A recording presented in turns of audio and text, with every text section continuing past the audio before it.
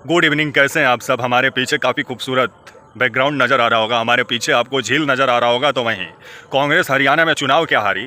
तमाम जो सहयोगी पार्टियां हैं कांग्रेस के साथ जो गठबंधन की हुई हैं और जो इंडिया अलायंस बना हुआ है, वो तमाम जो गठबंधन की हुई पार्टियां हैं कांग्रेस के साथ, कांग्रेस को ही नसीहत देना शुरू कर दी हैं आपका हरियाणा चुनाव हारने के बाद। आइए पूरी खबर समझाते हैं। नमस्कार, मेरा नाम विश्वजीत कुमार और आप देख रहे हैं वाक फॉर इंडिया न्यूज। हरियाणा विधानसभा चुनाव 2024 कांग्रेस पार्टी हार गई क्योंकि कांग्रेस पार्टी का ओवर कॉन्फिडेंस कांग्रेस को ले डूबा, जिसके बाद से जो आपका गठबंधन का जो सहयोगी पार्टियां हैं वो अब जिस तरह से कांग्रेस को नसीहत दे रही हैं और ख़ास करके आम आदमी पार्टी का कहना है कि ओवर कॉन्फिडेंस कांग्रेस को ले डूबा। अगर कांग्रेस आम आदमी पार्टी के साथ गठबंधन करती तो ये हाल नहीं होता आपका हरियाणा में। तो वहीं महाराष्ट्र से भी संकेत मिलना शुरू हो गए और कांग्रेस को जो आपके उद्धव ठाकरे की पार्टी है वो भी आईना दिखाना शुरू कर दी है।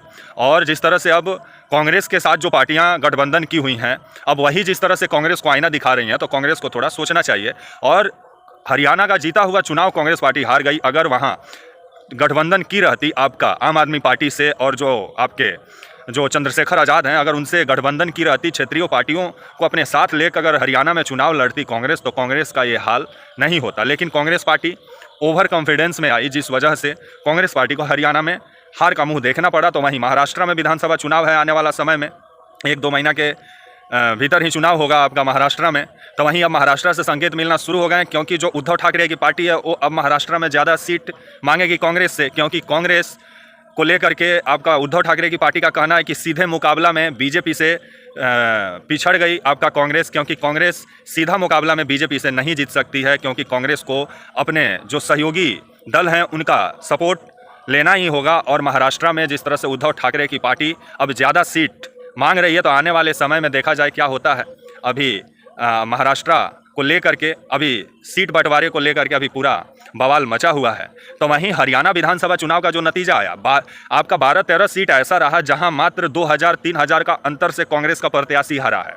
तो वहीं जो वोट परसेंटेज हरियाणा का रहा 39.94% वोट मिले आपका बीजेपी को, तो वहीं कांग्रेस को 39.8% वोट मिले। कुछ ही परसेंटेज का अंतर था, ज़्यादा कुछ अंतर नहीं था वोट परसेंटेज में। बीजेपी हरियाणा में आपका 48 सीट जीतने में कामयाब हुई। कुल सीटों की संख्या हरियाणा में 90 है। तो वहीं कांग्रेस पार्टी हरियाणा में मात्र 37 सीट जीतने में कामयाब हुई, जो कांग्रेस पार्टी 55-60 सीट जीतने का दावा ठोक रही थी।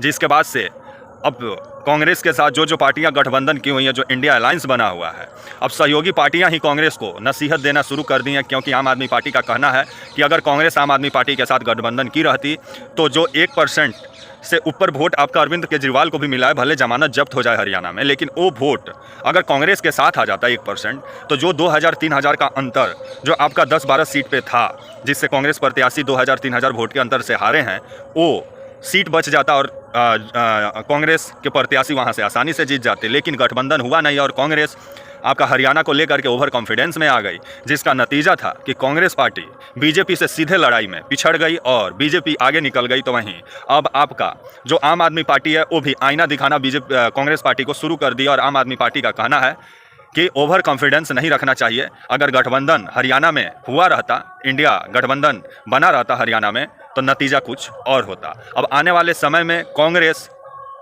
को लेकर के जो सहयोगी पार्टियां हैं वो अब आईना दिखा रही हैं, और महाराष्ट्र में उद्धव ठाकरे की पार्टी ये साफ संकेत दे रही है कि कांग्रेस सीटों को लेकर के अब उद्धव ठाकरे की पार्टी कांग्रेस पर चढ़ाई करेगी, क्योंकि उद्धव ठाकरे आपका महाराष्ट्र में अच्छा प्रदर्शन किए हैं, तो ज़्यादा से ज़्यादा सीट उद्धव ठाकरे मांगेंगे, जिसको लेकर के कांग्रेस पार्टी को अब नसीहत देना भी, जो आपके उद्धव ठाकरे की जो पार्टी है आपका शिवसेना, उसके जो प्रवक्ता हैं संजय रावत, वो नसीहत देना भी शुरू कर दिया। उनका कहना ओवर कॉन्फिडेंस में कांग्रेस को नहीं आना चाहिए था, गठबंधन करना चाहिए था, लेकिन गठबंधन हुआ नहीं।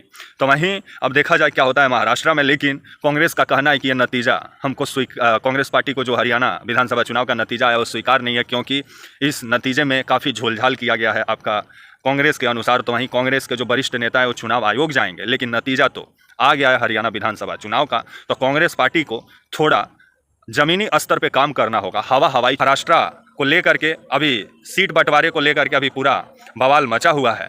तो वहीं हरियाणा विधानसभा चुनाव का जो नतीजा आया, आपका 12-13 सीट ऐसा रहा जहां मात्र 2000-3000 का अंतर से कांग्रेस का प्रत्याशी हारा है।